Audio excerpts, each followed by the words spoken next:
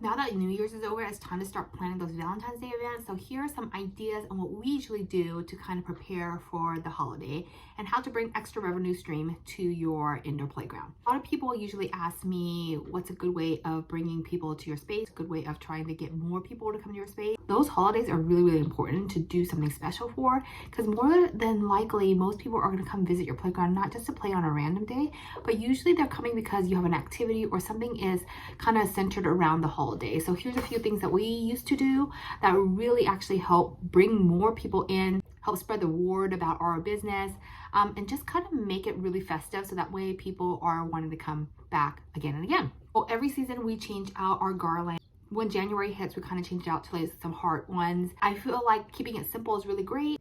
Something like these like red and pink hearts are perfect to hang at your indoor playground, and they're easy to hang, easy to take down.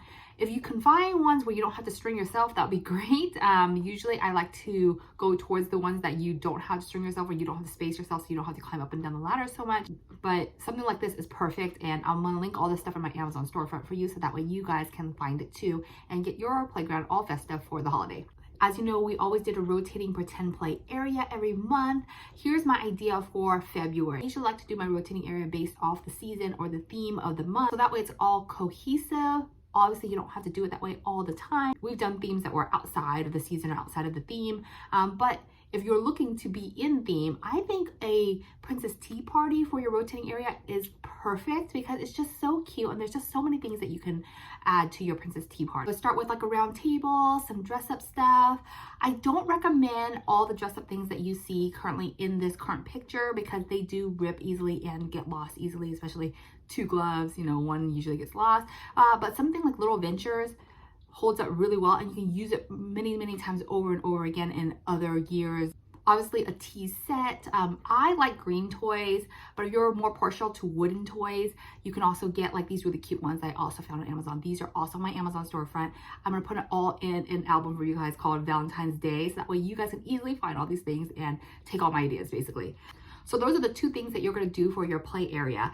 Now I'm going to talk about how to get extra revenue stream by adding on additional events and things to kind of help bring in guests to make a little extra money during the upcoming holiday.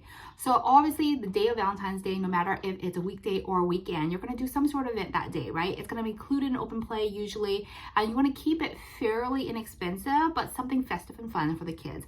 So it could be as easy as giving out a goodie bag that Valentine's Day, or doing something like doing an art and craft. I usually like to get the craft sets that are like 24 or more, or you could do cookie decorating. That's usually cute, and kids really love that, and it's kind of something to take home and look forward to. We've done crafts before where it wasn't a craft kit, like for instance you can do where they trace their hand and they like glue little hearts around like if there were leaves. We've done that before. I've also done bath bombs where they were shaped in hearts, and the kids really, really love that. It's just a really fun activity for Valentine's Day. It takes a little bit more work. You could also save this for Halloween as well. I've done a Halloween version. I actually think the theme is better for Halloween. A keepsake art and craft I really love is also these like little canvas prints where you can have them use their fingerprints to like make a painting.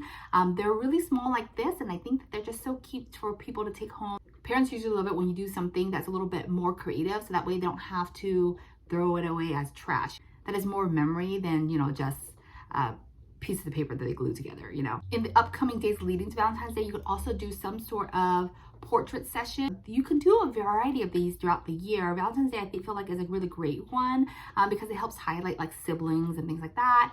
But you know, back to school is a good one, and of course Christmas is a good one. So if you wanted to do portrait sessions at your indoor playground, just like contact a local photographer, ask if they're willing to do some sort of split where, you know, people pay for play and then they pay a little bit for the portrait session. We have done portrait sessions at our playground before and during Valentine's Day, and those were pretty successful. So just a suggestion if you want to do that. I definitely recommend that if you're going to do your own portraits, getting some sort of background like Cape backdrops, because those backdrops are amazing and they do wonders, and they don't wrinkle and they make your photos look so professional. And then of course you're going to need some sort of light. Even if you wanted to take photos with your iPhone, having a good light does wonders, and I'll again link it for you so that way you guys know what to get for your playground. Another great thing that you can do is also a parent drop-off night. Valentine's Day is a great time for that. You can advertise it as, you know, having a Valentine's date night for the kids, but also for yourself. And then you can repeat all the same activities that you did during open play. So if you're doing some sort of art and craft during open play, you can do that. If you're doing the card exchange, you can do that. If you're doing the bath bomb thing, you can also do that during the Valentine's Day event. So it's kind of multi-purpose because you're going to be able to use all your leftover supplies that you use from open play if you're going to do the parent drop-off night as well. And then last and not least, I definitely recommend doing one sort of special event. I recommend doing a special event every 2 months.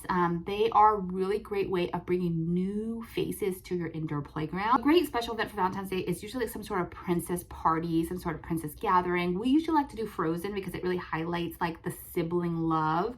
And Frozen is just really a fun one to do all the time because usually it involves a lot of fun activity. We usually like to do a sing-along. We like to do a story time. We like to have the characters teach them a little dance and maybe do one game with them. And then usually we'll do like an art and craft project. So Frozen is easy because you can find snowflake things up the galore, or you can do my little canvas project, but instead of a heart, you could do like a snowflake, which is really fun as well. And with Frozen, you know, we usually do like snow play, which is like sensory play, because it kind of goes along with the theme. But you can also do just like a princess tea party, where you have the princesses come and the kids dress up and then you kind of serve them tea. That has always been really popular in the past as well. So I think that those really work well for your Valentine's Day event. So those are my Valentine's Day ideas for your indoor playground. Hopefully that helps you out. I'll link my Amazon storefront information below. Okay, talk to you next time. Bye.